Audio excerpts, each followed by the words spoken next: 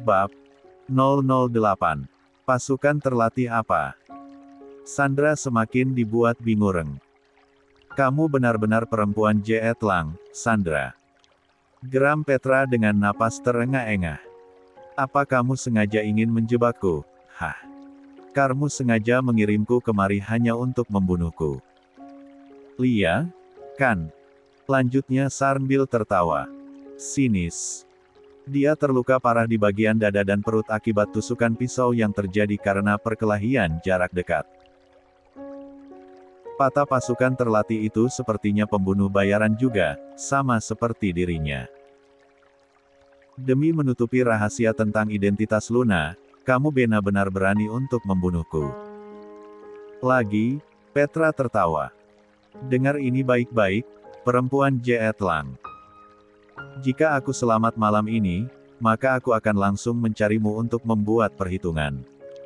Pegang janjiku. 2. Panggilan terputus. Sepertinya, Petra benar-benar sibuk di sana. Sementara, wajah Sandra mendadak pias. Tanpa sadar, ponselnya jatuh dari genggaman begitu saja. Apa maksud Petra? Kenapa Melariana tidak ada di sana? Dia kemana? Dan, siapa orang-orang yang dimaksud Petra tadi? Apa maksudnya dengan Mariana tidak ada? Jantung Sandra hampir copot saat sang suami tiba-tiba muncul dari balik pintu. 2. Rencana jual saham. Jadi, ini alamatnya. Petra tersenyum sinis saat berhasil menemukan alamat yang diberikan oleh Sandra. Rumah sederhana itu tampak begitu sepi. Namun, samar-samar, Petra dapat mendengar jika di dalam sana, ada 2 orang wanita yang sedang mengobrol. Dengan hati-hati, Petra mengendap-endap mendekati rumah tanpa pengawalan ketat itu. Jendela bagian samping adalah incarannya. Dia mencongkel jendela tersebut dengan hati-hati supaya tak menimbulkan suara. Setelah terbuka, Petra pun melompat masuk kemudian mengeluarkan pisau yang dia bawa. Rencananya, dia akan langsung menggorok leher Mariana, begitu dia menemukan perempuan itu. Namun, sesuatu di luar dugaan tiba-tiba terjadi. Saat Petra berhasil masuk, lampu tiba-tiba padam. Suara orang yang tadi mengobrol di ruang tengah pun seketika lenyap. Yang tersisa kini hanya kegelapan dan kesunyian yang mendadak terasa mencekam. Syat! Satu sabetan pisau tiba-tiba datang dari arah depan. Petra yang tidak siap dengan serangan apapun tak punya kesempatan untuk menghindar. Perutnya langsung mengeluarkan darah segar. Kemudian, satu serangan datang lagi namun kali ini dia berhasil menghindar. Buru-buru, dia memasang kacamata inframerah yang sudah ia persiapkan sejak awal untuk jaga-jaga jika dia terpaksa harus melakukan aksinya dalam keadaan gelap. Tak ia sangka, jika kacamata itu justru akan ia gunakan untuk melawan pasukan pembunuh yang ternyata juga balas mengincarnya. Siapa kalian? Tanya Petra kepada salah satu orang yang berhasil ia tangkis serangannya. Orang yang dikirim untuk melenyapkan nyawamu, jawab perempuan itu dengan suara rendah dan berat. Petra tak bisa melihat dengan jelas seperti apa rupa musuhnya. Yang dia tahu, jika dirinya saat ini benar-benar masuk ke dalam jebakan. Bisa jadi, suara perempuan yang tadi bercakap-cakap adalah suara perempuan yang sekarang sedang menyerang dirinya. Sialnya, perempuan itu tak sendiri. Dia bersama 3 orang rekannya yang lain. Sial! Umpat Petra saat satu tusukan pisau menancap di dadanya. Sekuat tenaga, dia menahan tusukan pisau itu agar tak masuk terlalu dalam. Karena, jika hal itu sampai terjadi, Petra bisa langsung mati karena pisau itu mengenai tepat pada jantungnya. Baf! Petra berhasil memukul orang yang dia duga sebagai seorang pria itu dengan sebuah kursi kayu yang diambil dari 3. Samping kirinya. Orang itu pun refleks melangkah mundur dan mencabut pisaunya. Sementara, Petra langsung memanfaatkan kesempatan itu untuk segera kabur. Cari sampai dapat, ujar salah satu orang itu. Semuanya keluar dari rumah. Mengejar Petra, demi menangkap pria itu. Apa Sandra berani menjebakku? Gumam Petra yang bersembunyi di balik semak-semak. Napasnya terdengar putus-putus. Darah terus mengucur dari lukanya. Keringat dingin pun perlahan membanjiri seluruh tubuhnya. Awas saja kamu, Sandra.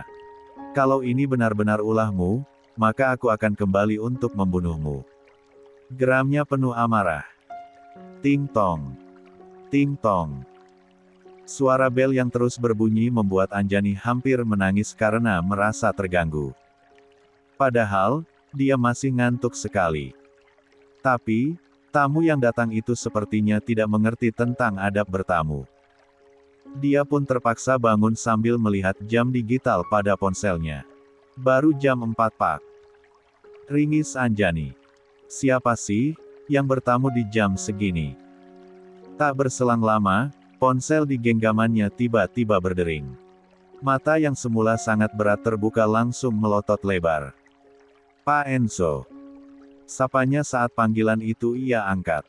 Cepat buka pintu. Tita Enzo. Iya, angguk Anjani yang buru-buru turun dari tempat tidur. Ternyata, yang sedari tadi berada di luar adalah sang atasan. Silakan masuk, Pak Enzo. Ujar Anjani mempersilakan. Enzo mengangguk. Dia pun segera masuk dan langsung duduk di sofa.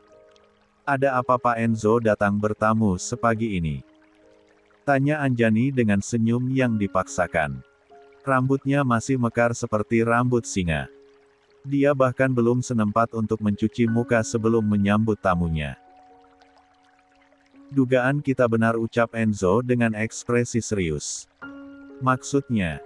Tanya Anjani dengan ekspresi yang juga perlahan berubah serius. Dia tahu kemana arah pembicaraan Enzo. Seseorang benar-benar mengirim pembunuh bayaran untuk melenyapkan ilmumu. 4. Deh.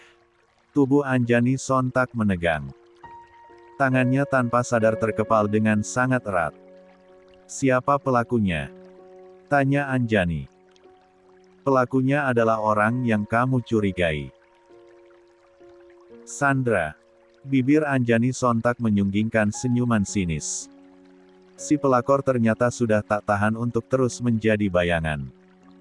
Dan, sekarang dia semakin bertambah berani. Sekarang, apa rencanamu?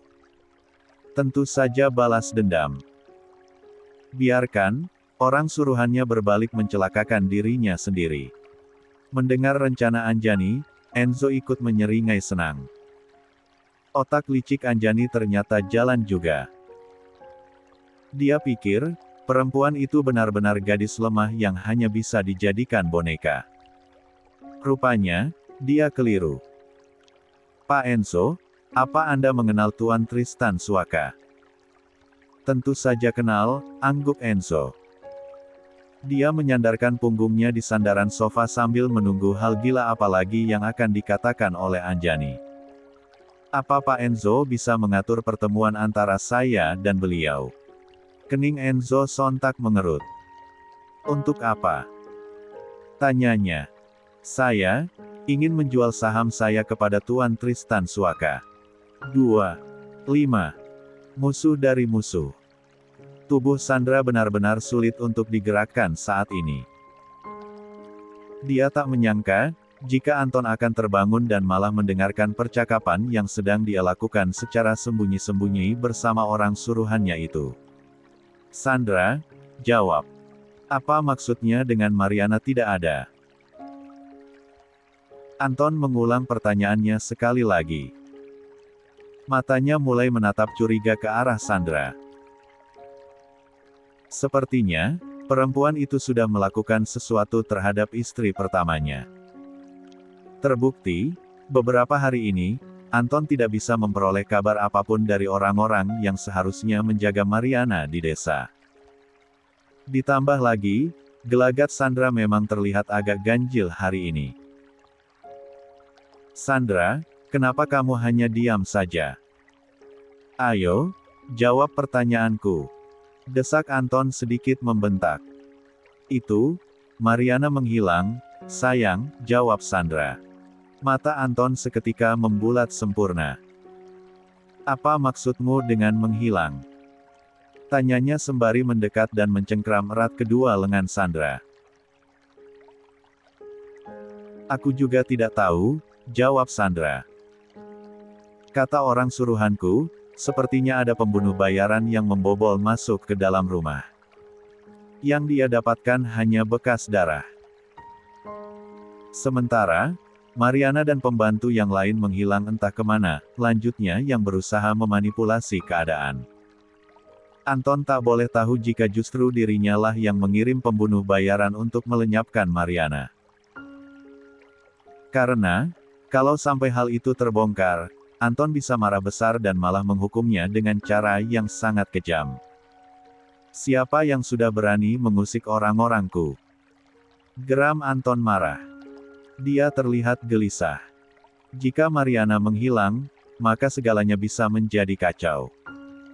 Tak ada yang boleh tahu jika selama ini dia sengaja mengasingkan istri sahnya ke desa yang sangat terpencil. Karena, hal itu sama saja dengan mengungkap semua kebohongan yang selama ini ia karang untuk mengundang simpati dari banyak orang. Anton pernah berkata, jika Mariana sakit keras dan akhirnya mengizinkan sang suami untuk menikah lagi dengan Sandra. Mariana pula, yang meminta Anton untuk mengadopsi Luna dan mengakuinya sebagai anak mereka yang sah di mata hukum. Padahal, semua itu tidaklah benar. Cerita tentang istri yang berhati besar, yang rela berbagi suami dengan perempuan lain dan bahkan mengadopsi anak perempuan itu sebagai putri sahnya hanyalah karangan dari Anton semata. Apa Anjani sudah tahu soal ini? Tanya Anton lagi.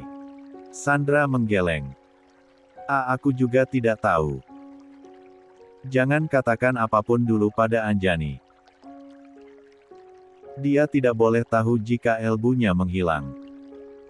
Kalau sampai dia tahu, maka kita akan kesulitan untuk mengontrolnya lagi seperti biasa. Lia, angguk Sandra mengerti. 6. Mariana adalah jaminan yang membuat Anjani begitu patuh selama ini. Dengan keberadaan Mariana di tangan Anton dan Sandra, maka kedua orang itu bebas mengontrol Anjani sesuai keinginan mereka. Anjani tak pernah dibiarkan terbang terlalu tinggi. Segala kesempatan baiknya direnggut dan justru diberikan kepada Luna. Padahal, dari segi bakat, kecerdasan, bahkan penampilan, Anjani adalah yang terbaik. Keesokan harinya, Anjani benar-benar menemui Tuan Tristan Suaka. Seorang pria kaya raya dengan bisnis yang menggurita, yang hampir sebanding dengan Yamaha House Group. Namun, banyak rumor tak sedap yang selama ini beredar tentang Tristan Suaka. Pria itu sudah berusia 58 tahun namun belum menikah juga sampai sekarang. Ada yang bilang, jika Tristan Suaka bukanlah pria yang normal. Ada pula yang bilang, jika Tristan Suaka adalah sosok pria yang suka menyiksa bahkan tak segan-segan untuk melenyapkan nyawa kekasihnya. Akan tetapi, Anjani sama sekali tidak peduli dengan semua itu. Satu-satunya hal yang dia pedulikan tentang Tristan Suaka hanyalah karena pria itu adalah seseorang yang sangat membenci Anton Permana. Ya, Anjani sedang menemui musuh dari musuhnya. Jadi, ada perlu apa, sehingga keturunan Permana tiba-tiba datang untuk menemuiku? Tanya Tristan Suaka tanpa basa-basi. Begitu dia selesai bersalaman dengan Anjani, dia langsung duduk dan memulai percakapan tanpa buang waktu. Saya ingin menawarkan ini kepada Tuan Tristan, jawab Anjani. Map berisi tawaran penjualan sahamnya langsung dia berikan kepada pria itu. Apa ini? Kenapa kamu menawarkan saham receh ini kepadaku? Apa menurutmu, aku sangat tertarik dengan saham perusahaan keluargamu yang kecil itu. Tristan membanting berkas itu di atas meja. Dia hanya melirik sekilas lalu membuang tanpa minat berkas tersebut. Anda mungkin tidak tertarik dengan jumlah sahamnya yang terlalu kecil. Tapi, Anda mungkin tertarik dengan orang yang bisa Anda tindas jika Anda berhasil membeli saham itu. Apa maksudmu? Tanya Tristan dengan suara penuh penekanan. Dia menatap Anjani dengan mata menyipit.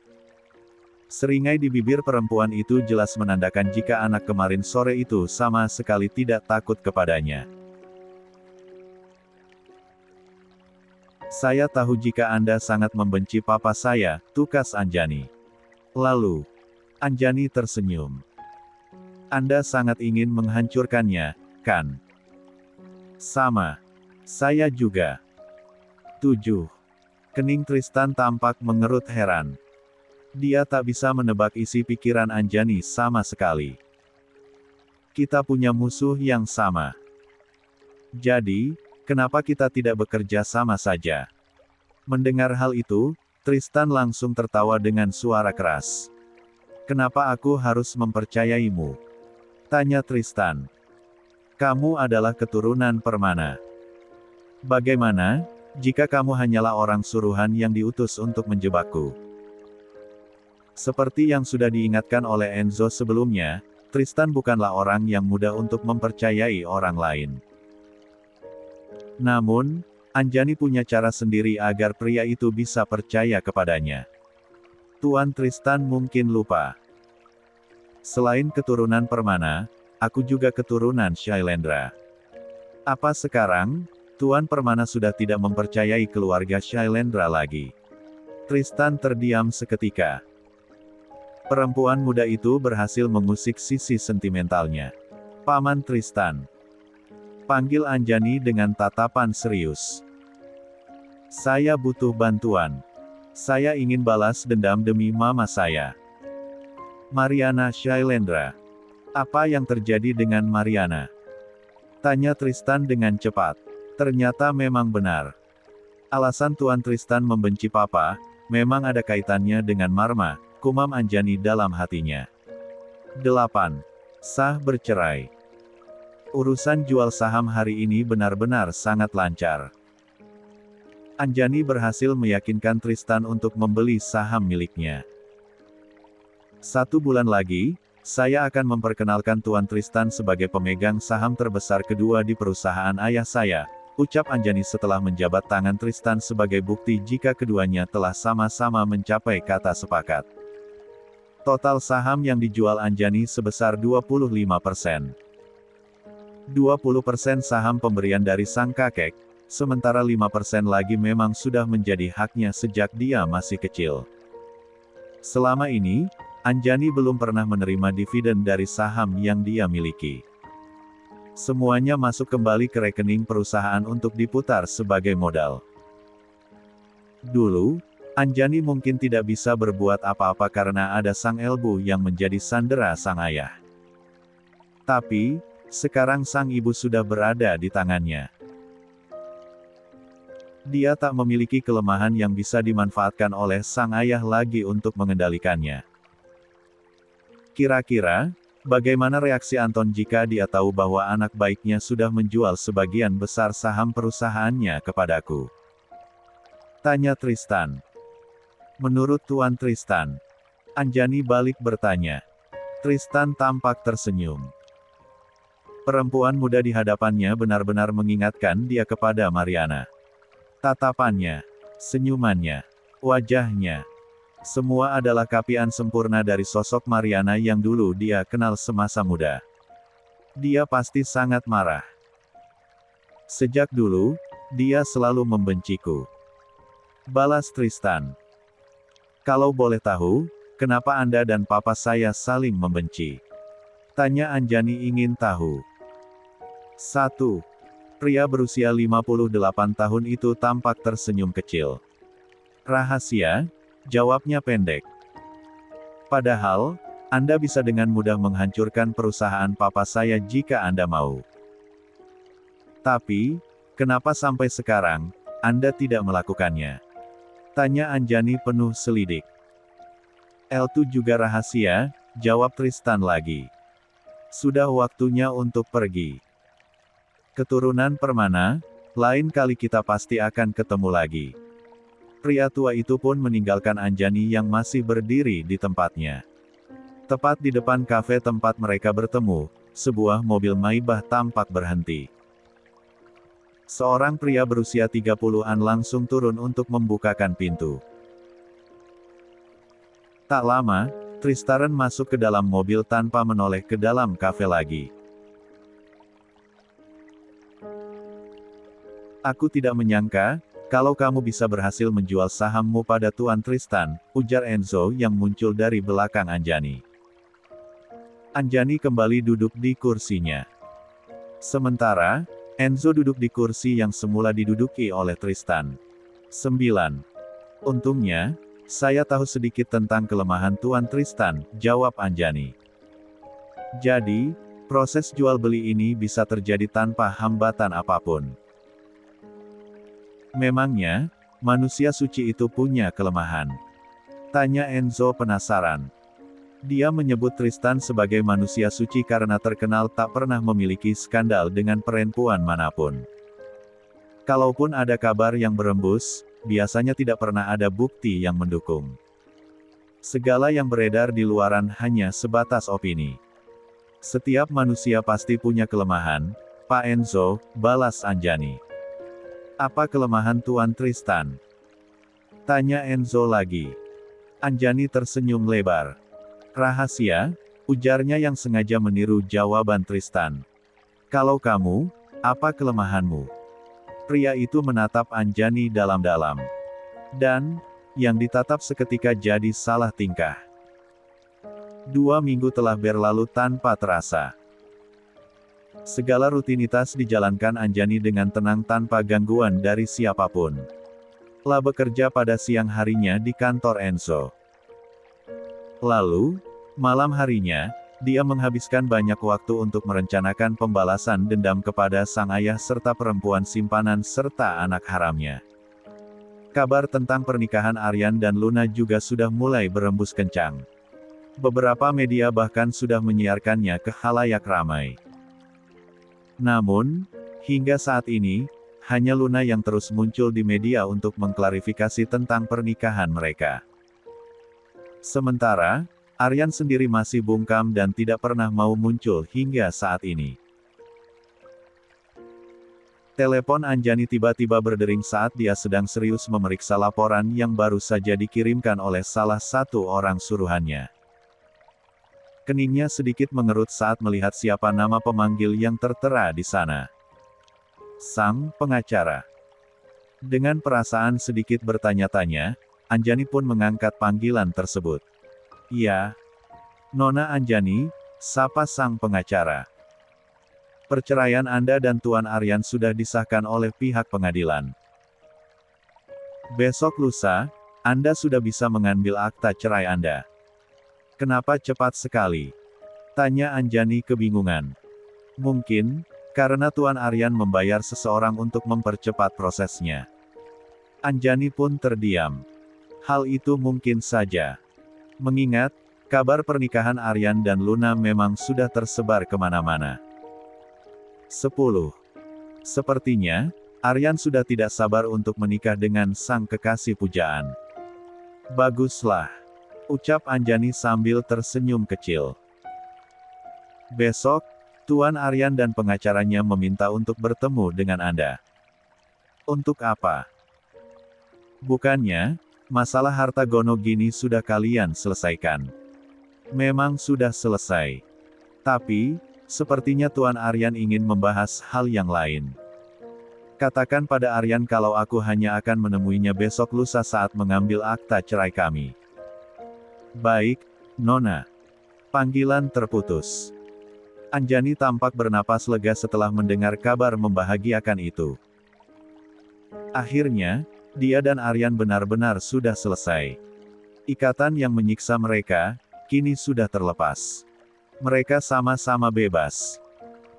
Hari yang ditunggu akhirnya tiba. Hari ini, Anjani akan pergi untuk mengambil akta cerai. Namun, sebelum itu, dia harus izin dulu kepada sang atasan. Lagi, kamu ingin izin keluar? Tanya Enzo. Memangnya, ini kantor nenek moyangmu? Sungut pria itu kesal. Tapi, ini benar-benar urusan yang sangat mendesak, Pak, ucap Anjani dengan tampang memelas. Apa yang lebih mendesak dibanding mencari uang? Hah? Kamu jangan lupa, Anjani. Hutangmu terhadapku wajib dibayar setiap bulannya. Kamu mengerti? Saya mengerti, Pak. Tapi, saya benar-benar harus keluar. Saya tidak akan lama, kok. Mungkin, hanya sekitar 1 jam. Enzo mendengkus kasar. Memangnya, kamu mau kemana? Saya harus ke pengadilan untuk mengambil akta cerai saya. Oke. Aku yang antar, sambar Enzo cepat sambil berdiri dari kursinya. Kenapa tidak bilang dari tadi, sih? Omelnya. 2. Heh. Anjani lagi-lagi melongo akibat tingkah mengejutkan sang atasan. Tunggu apa lagi? Ayo pergi. Tegur Enzo. Dasar lelet. Pria itu mengomel lagi. 1:11. Akta cerai. Anjani. Panggil Aryan bersemangat saat melihat sosok Anjani yang tampak turun dari mobil. Tanpa sadar, kakinya tiba-tiba melangkah untuk mendekati perempuan itu. Jantungnya berdegup cepat saat Anjani menoleh ke arahnya dengan rambut panjang yang tampak indah saat diterbangkan angin. Namun, langkah Aryan tiba-tiba terhenti saat sepasang matanya menangkap sosok lain yang juga ikut turun dari dalam mobil. Pria dengan setelan jas hitam itu tampak menghampiri Anjani kemudian memeluk pinggangnya dengan begitu mesra. Glek. Aryan meneguk ludarnya yang terasa sangat getir. Entah kenapa, perasaan tak rela melepaskan Anjani kembali mengusik relung hatinya. Dia merasa panas saat melihat telapak tangan pria itu berada tepat di pinggang Anjani. Apa yang Pak Enzo lakukan? Bisik Anjani tertahan akibat tingkah Enzo yang tiba-tiba memeluk pinggangnya. Sudah, sebaiknya kamu diam saja, ujar Enzo balas berbisik. Kamu nggak mungkin mau mengalah pada pasangan rendahan itu, kan? Imbuhnya. Tatapan Anjani perlahan mengikuti kemana mata Enzo melihat. Ternyata, dari kejauhan, ada sosok Luna yang juga hendak menghampiri Aryan. Heh, ternyata dia membawa gundiknya juga kemari, gumam Anjani sambil tersenyum sinis. Kenapa? Kamu cemburu? Bisik Enzo yang memang sengaja ingin memancing reaksi Anjani. Tidak mungkin, balas Anjani dengan bersungguh-sungguh. Yakin? 1000%, jawab Anjani. Enzo tampak tersenyum senang mendengarnya. Anak pintar, pujinya sambil mencubit pipi Anjani. Kak Aryan, teriak Luna dengan suara melengkingnya yang khas. Gadis itu menghambur memeluk Aryan yang sedang berdiri mematung di depan Anjani dan Enzo. Kenapa kamu kemari? Tanya Aryan sambil melepaskan pelukan Luna dari tubuhnya. Kata Doni, hari ini Kak Aryan mau mengambil akta cerai. Apa itu benar? Aryan memejamkan matanya. Kemudian, dia menoleh dan langsung memelototi sang asisten yang refleks memasang tampang memelas. Ternyata, biang keroknya adalah Doni. Sang asisten yang membocorkan keberadaannya kepada Luna. Padahal, hari ini, Aryan berencana untuk berbicara sedikit lebih lama dengan Anjani. Tapi, jika ada Luna, mana mungkin keinginan itu bisa terwujud. 12. Kenapa kamu membocorkan masalah ini pada Luna? Aryan mengetik pesan untuk sang asisten lewat ponselnya. Tak berselang lama, sang asisten pun membalas. Maaf, Tuan. Tapi, saya tidak punya pilihan lain. Bukankah Anda sendiri yang pernah bilang kalau saya harus menuruti semua permintaan Nona Luna? Saat membaca pesan balasan tersebut, Aryan tiba-tiba ingat dengan perkataannya sendiri di masa lalu. Memang benar, jika dirinya sendirilah yang meminta Doni untuk mengabulkan semua keinginan Luna. Dan kini, Aryan menyesali semua itu.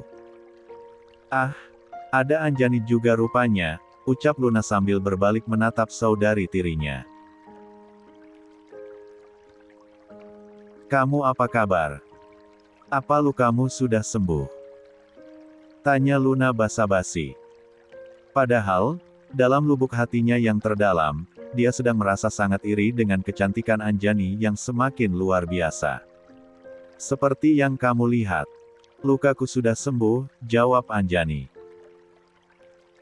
Dan, aku juga masih hidup sampai sekarang. Imbuhnya. Kenapa paman sahabatmu ini selalu ikut bersamamu? Apa dia pria bayaran yang sengaja kamu sewa untuk menemanimu ke sini? Anjani refleks menatap pria di sampingnya. Sepertinya, Luna sengaja ingin memprovokasi mereka. Ya, aku memang pria bayaran yang sengaja disewa oleh Anjani.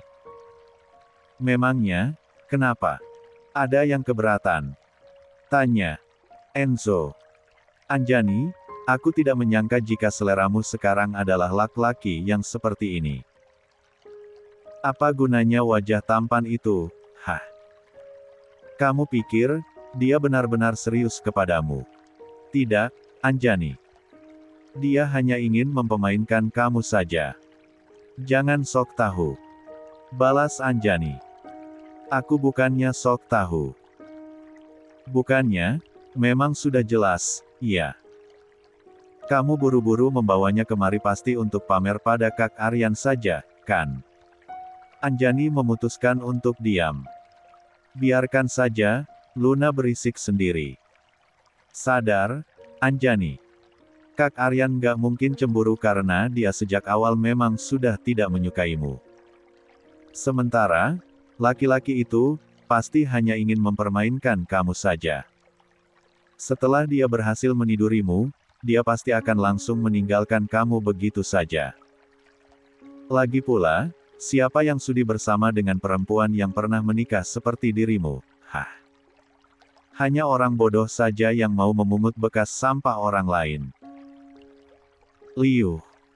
Ya, memang hanya orang bodoh saja yang mau memungut bekas sampah milik orang lain.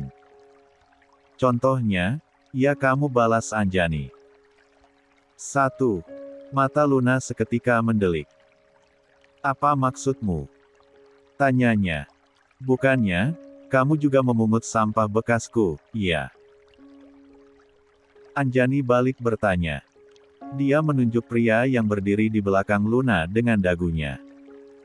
Pria di belakang itu, bukannya sampah yang sudah kubuang. 13. Anjani tersenyum miring. Dia berhasil memancing amarah Luna. Kamu, seru Luna tertahan. Minggir. Titah Anjani. Aku mau lewat. Karena Luna tak mau memberi jalan, maka dia memutuskan untuk menabrak bahu saudari tirinya itu. Dan, seperti biasa, Luna terjatuh dramatis dan kedua telapak tangannya langsung terasa perih. Anjani, kenapa kamu jahat sekali? Tanya Luna yang kini sudah mulai meneteskan air matanya.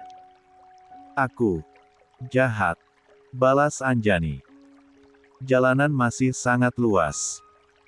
Tapi, kenapa kamu malah tega menabrakku? Apa kamu marah karena Kak Aryan tega menceraikan kamu dan malah memilih untuk menikah denganku?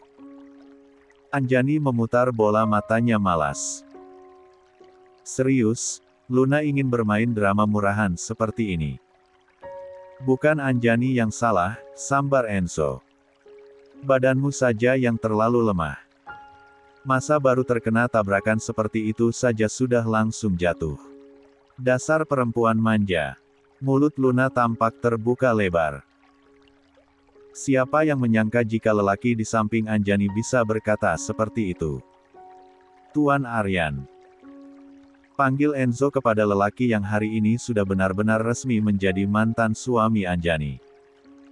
Yakin, ingin menikah dengan perempuan manja seperti ini. Imbuhnya. Kalau aku sih, Dikasih gratis juga tidak akan mau. Terlalu merepotkan. Juga sedikit memalukan karena dia tidak pandai berakting sama sekali. 2. 14. Niat berkunjung. Apa tadi kamu hanya pura-pura terjatuh? Tanya Aryan kepada Luna setelah Anjani dan Enzo pergi lebih dulu meninggalkan area parkiran. Wajah Aryan terlihat marah. Hal itu membuat Luna jadi sedikit takut. Tadi, aku benar-benar jatuh, kok, jawab Luna. Jangan bohong. Bentak Aryan. Luna pun menggigit bibir bawahnya. Mulutnya masih ragu untuk mengutarakan kebenaran atau tidak. Jawab jujur atau pernikahan kita dibatalkan saja. Ancam Aryan. Luna tersentak kaget. Mulutnya terbuka setengah. Kak Aryan, kenapa tega berkata seperti itu? Persiapan pernikahan kita sudah mencapai 80%.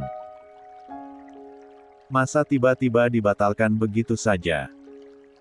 Makanya, jawab jujur. Kamu benar-benar jatuh karena ulah Anjani atau tidak? Desak Aryan dengan ekspresi tak sabaran. Luna pun menarik napas panjang kemudian menjawab, ya, aku hanya pura-pura jatuh. Maafkan aku. Aryan tampak tertegun setelah mendengar jawaban Luna. Ternyata, Luna benar-benar gadis yang sangat licik. Apapun akan dia lakukan asalkan bisa membuat Aryan jadi membenci Anjani. Aku benar-benar tidak menyangka jika kamu orang yang sangat licik, Luna. Ternyata, selama ini aku sudah salah menilai. Kamu nggak sepolos yang aku kira. Usai mengucapkan kalimat itu, Aryan langsung pergi meninggalkan Luna begitu saja. Saat Luna hendak ikut menyusul, Doni dengan cepat langsung menghadang langkahnya. Nona mau kemana? Tanya Doni sambil berusaha tersenyum ramah. Minggir. Aku mau ikut sama Kak Aryan. Tidak boleh, larang Doni. Kata Tuan Aryan, Nona Luna harus pulang sekarang. Tapi, mari saya antarkan pulang ke rumah, Nona. Doni menarik lengan Luna dengan kencang. Lah abaikan teriakan Luna yang cempreng dan tidak baik untuk kesehatan telinganya. Dia terus menyeret perempuan itu hingga masuk ke dalam mobil. Kak Aryan. Teriak Luna lagi. Panggilkan Kak Aryan, Dion. Cepat. Diam. Sergah Doni dengan suara keras. Kesabarannya yang hanya setipis tisu seketika jadi tersulut abis. Sementara, Luna yang mendengar teriakan Dion pun langsung tersentak kaget. Perempuan itu tampak menciut karena takut. Sambil menangis terseduh-seduh, dia menelepon Aryan berkali-kali namun tidak diangkat. 15. Sial. Pasti si Aryan sedang mengejar si gendut Anjani. Padahal, apa bagusnya sih, perempuan sialan itu? Hanya menang di muka saja. Setelah mengambil akte cerainya, senyum Anjani semakin bertambah lebar. Dia tak pernah merasa selega ini sepanjang menjalani pernikahan dengan Aryan. Barulah, saat mereka bercerai, Anjani baru bisa merasakan perasaan seluar biasa ini. Anjani, apa kita bisa ngobrol sebentar? Tanya Aryan yang berjalan sedikit tergesa-gesa mengejar sang mantan istri. Memangnya, masih ada hal yang perlu kita obrolkan lagi? Bukankah semuanya sudah selesai? Aku hanya ingin mengajak kamu minum kopi sebentar. Mau, kan? Anjani menghela napas panjang. Baiklah. Angguknya setuju. Pak Enzo, bisa tunggu sebentar, tidak? Kami tidak akan lama. Baiklah. Angguk Enzo. Anjani pun mengikuti Aryan menuju ke sebuah kafe yang terletak di seberang gedung itu. Kamu ingin pesan apa? Tanya Aryan kepada Anjani. Aku tidak ingin apa-apa. Kamu saja yang pesan, balas Anjani. Yakin? Angguk Anjani. Cepatlah. Waktuku tidak banyak. Cepat katakan apa yang ingin kamu katakan. Di mana kamu tinggal semenjak keluar dari rumah? Tanya Aryan. Apa pedulimu? Balas Anjani. Jelas, aku peduli. Kamu mantan istriku, Anjani. Entah kenapa, saat menyebutkan kata mantan, tenggorokan Aryan rasanya kering sekali. Cuma mantan istri, kan? Jadi, buat apa kamu peduli? Toh, saat statusku masih sah menjadi istrimu saja, kamu jarang sekali ingin tahu di mana aku sedang berada. Lalu, kenapa setelah bercerai malah mendadak baik begini? Jangan bilang, kamu menyesal karena sudah memberikan setengah hartamu kepadaku. Kamu mau memintanya kembali? Tidak. Bukan itu, geleng Aryan cepat. Kalaupun kamu benar-benar memintanya, aku juga nggak akan pernah mau memberikannya. Enak saja. Semua itu sudah sah jadi milikku. Anggap saja, sebagai kompensasi karena kamu sudah berkhianat saat kita masih terikat dalam hubungan pernikahan. Aryan mengangguk patuh. Yang penting, Anjani masih bisa dia lihat dari jauh. Itu sudah cukup baginya. 16. Anjani, sekarang kamu tinggal di mana? Bisa aku minta alamatmu yang baru? Untuk apa?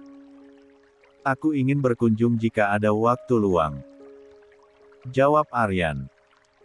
Jujur, aku rindu sekali dengan masakan kamu. Aku bukan koki private. Jadi, tolong jangan cari tahu di mana letak rumahku apalagi sampai benar-benar datang. Aku tidak akan pernah memasak lagi untuk kamu, Aryan. Kenapa? Anjani tersenyum. Dia mengangkat akta cerainya tinggi-tinggi. Karena kita sudah sah bercerai. 17. Zat beracun misterius. Apa yang kamu bahas dengan Aryan di dalam kafe tadi? Tanya Enzo ingin tahu. Saat ini, keduanya sedang dalam perjalanan pulang menuju kantor. Enzo menyetir dengan fokus meski sesekali ia menoleh menatap Anjani. Dia ingin tahu di mana aku tinggal sekarang. Jawab Anjani. Apa kamu memberitahunya?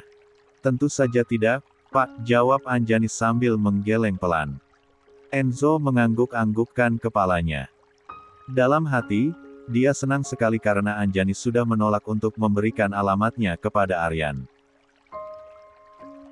Itu tandanya, Anjani benar-benar sudah tidak mencintai pria itu lagi. Kemudian, Enzo tampak mengeluarkan sebuah amplop coklat besar yang semula dia letakkan di dalam dashboard mobil. Amplop besar itu langsung dia berikan kepada Anjani. Apa ini? Tanya Anjani kebingungan. Amplop itu dilemparkan Enzo ke atas pangkuannya secara tiba-tiba. Itu data lengkap mengenai orang yang dikirim malam itu untuk melenyapkan ibumu, jawab Enzo. Anjani langsung tampak antusias.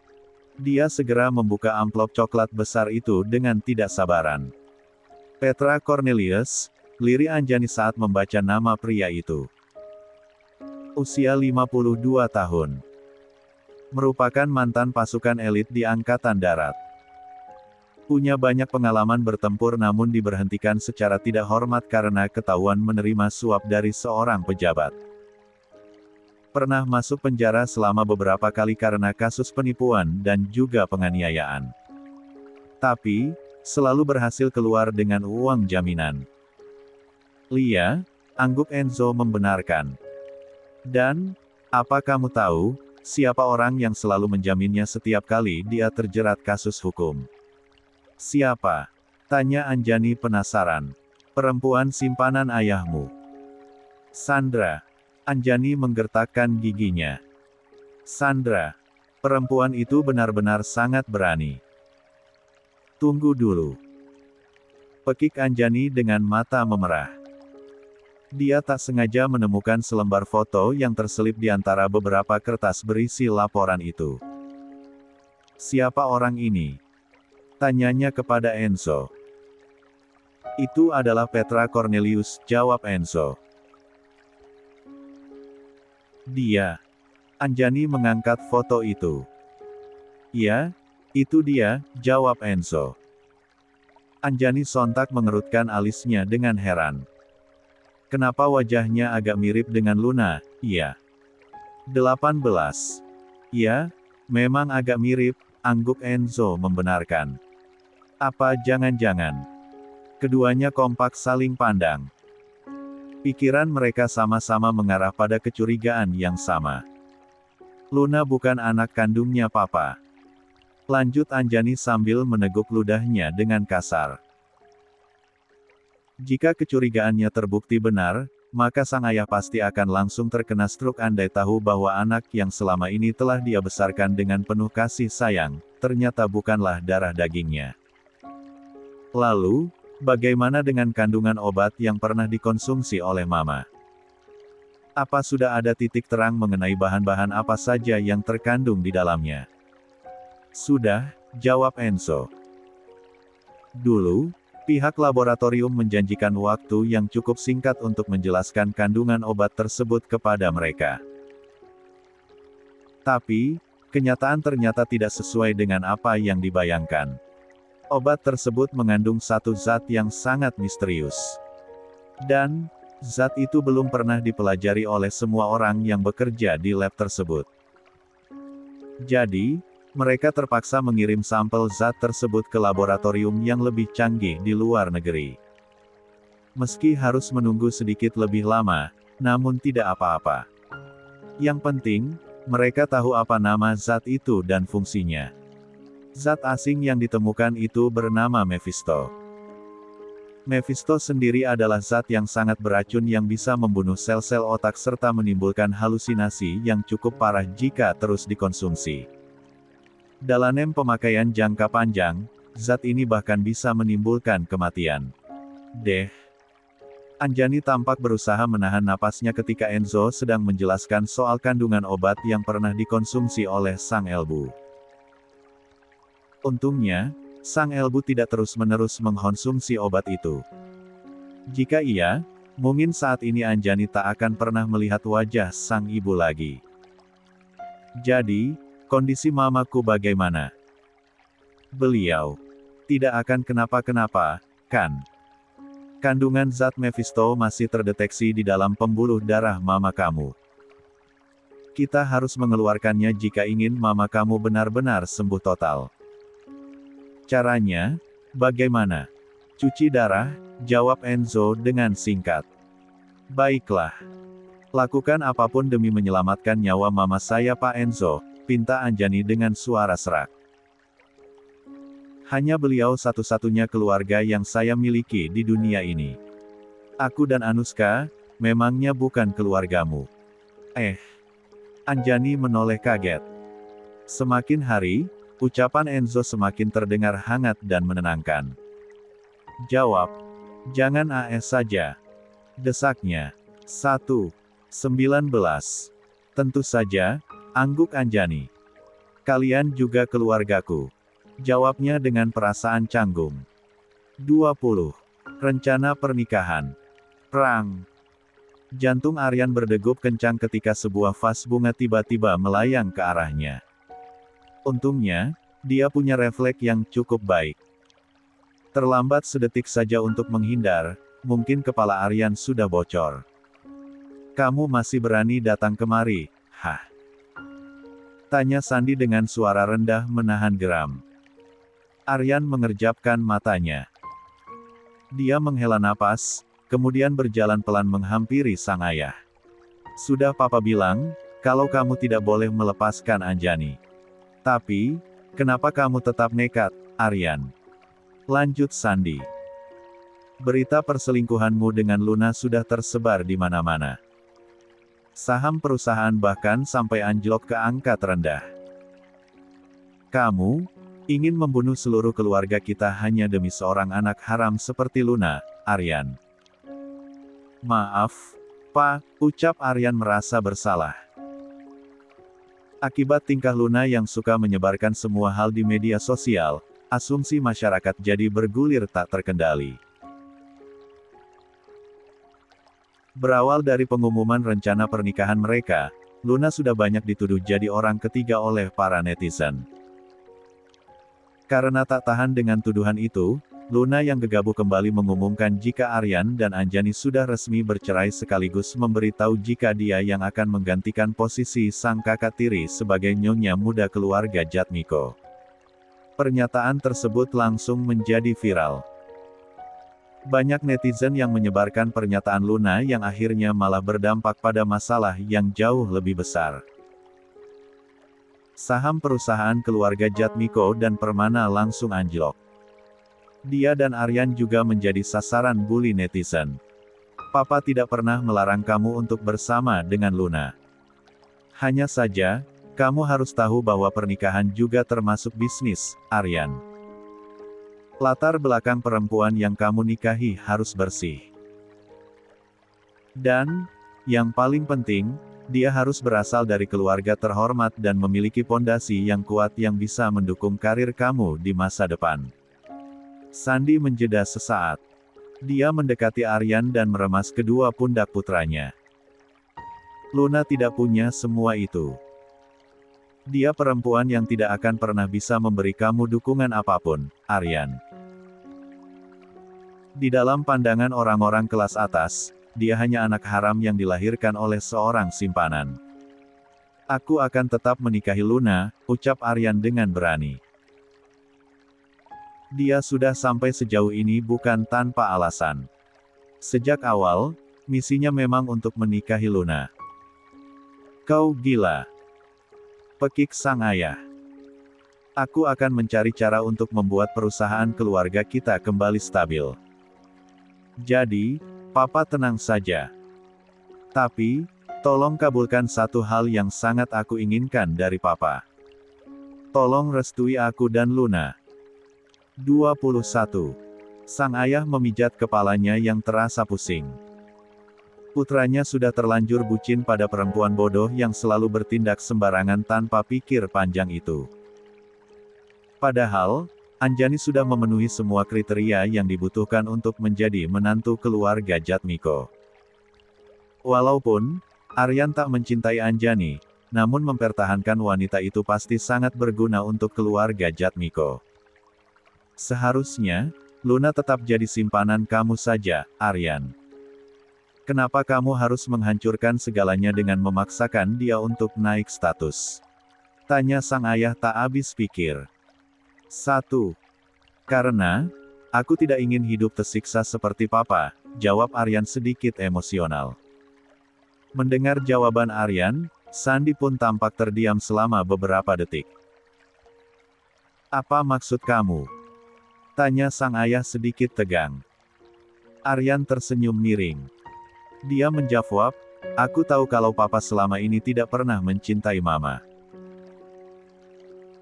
Papa menikahi Mama hanya demi memperkuat pondasi keluarga Jatmiko saja, kan? Sementara, perempuan yang benar-benar Papa cintai, diam-diam Papa kirim ke luar negeri. Dan, setiap 3 bulan sekali, Papa selalu menemuinya secara sembunyi-sembunyi. Aryan menghela napas panjang kemudian melanjutkan, apa Papa tahu, kalau wajah Papa terlihat paling bahagia hanya saat bersama dengan perempuan itu. Sementara, jika bersama Mama, Papa selalu kelihatan tersiksa. Sandi Jatmiko mengusap wajahnya dengan kasar. Dia berbalik membelakangi Aryan sambil berkacak pinggang. Kepalanya sibuk berpikir. Kapan rahasianya diketahui oleh sang putra? Aku bukan Papa yang pengecut. Aku hanya akan bersama dengan perempuan yang aku cintai. Aku akan menunjukkan pada dunia, bahwa perempuan yang aku sayangi, layak mendapatkan semua hal baik meski taruhannya aku harus kehilangan kekuasaan dan kekayaan. Aku tidak akan seperti Papa, yang hanya bisa menyembunyikan kekasihnya dalam kegelapan seperti tikus gat dan berpura-pura bahagia bersama wanita yang hanya bisa papa jadikan pijakan untuk meraih kesuksesan. Sandy speechless. Dia benar-benar kehilangan kata-kata. Kalau papa berani menggagalkan pernikahanku dan Luna, maka bukti perselingkuhan papa yang sudah tersimpan rapat selama puluhan tahun akan langsung sampai ke tangan mama, ancam Aryan. Kau, Sandy menggeram marah. Namun, dia tak bisa melakukan apapun kepada putranya sendiri. Setelah memberikan ancaman yang tampaknya cukup efektif untuk membungkam sang ayah, Aryan langsung pamit pergi. Dia sudah melepaskan Anjani demi Luna. Maka, sebisa mungkin, Aryan tak akan pernah menyesali keputusannya sendiri. Dia harus membuktikan bahwa apa yang dia putuskan sejak awal memang tidak salah. Pulang dari rumah orang tuanya, Aryan kini bertolak ke rumah keluarga Luna. Hari ini, Anton dan Sandra ingin berbicara serius dengannya. 22. Begitu sampai, Aryan langsung disambut hangat oleh kedua orang tua sang kekasih. Anton dan Sandra memperlakukan dia dengan sangat hangat layaknya anak sendiri. Begini nak Aryan. Anton memberanikan iri untuk membuka percakapan sambil menggosok-gosok kedua telapak tangannya. Kapan nak Aryan akan menikahi Luna? Bukannya, persiapan pernikahan kalian sudah hampir selesai. Tapi, kenapa sampai sekarang, nak Aryan belum mengumumkan apa-apa juga? Keluarga besar kami sudah mendesak untuk diberi kepastian lanjut, pria tua itu sambil tertawa cengengesan. Bagaimana kalau kita adakan pesta pertunangan saja dulu? Nanti, acara pernikahannya bisa menyusul belakangan setelah semua persiapannya benar-benar rampung. Kebetulan, 2 hari lagi, Luna juga ulang tahun. Kita adakan acara pertunangan di hari itu saja, celetuk Sandra memberi usulan. Aryan mengangguk setuju. Dia tak mau ragu-ragu lagi. Mungkin, menikah cepat dengan Luna adalah solusi agar dirinya tidak memikirkan Anjani lagi. Segalanya pasti akan kembali seperti semula jika dia dan Luna sudah menikah. Toh, sedari awal, wanita yang dia cintai memang hanya Luna saja. Anjani hanya membingungkan Aryan untuk sesaat karena kebaikan dan ketulusannya. Namun, seiring waktu berlalu, perasaan aneh Aryan terhadap Anjani pasti akan terkikis dan akhirnya benar-benar hilang. Semoga saja. 1. Saya setuju, jawab Aryan. Masalah tempat dan segala hal penting lainnya, saya yang akan urus. Om dan Tante tidak perlu khawatir. Sandra, Anton, dan Luna langsung tersenyum senang. Terutama, Luna. Agaknya, Aryan sudah tidak marah lagi kepadanya. Masalah tamu undangan, bagaimana? Tanya Luna. Apa aku boleh mengundang siapapun? Tentu saja, angguk Aryan. Silakan undang siapapun yang kamu inginkan. Dan, Luna langsung tersenyum lebar.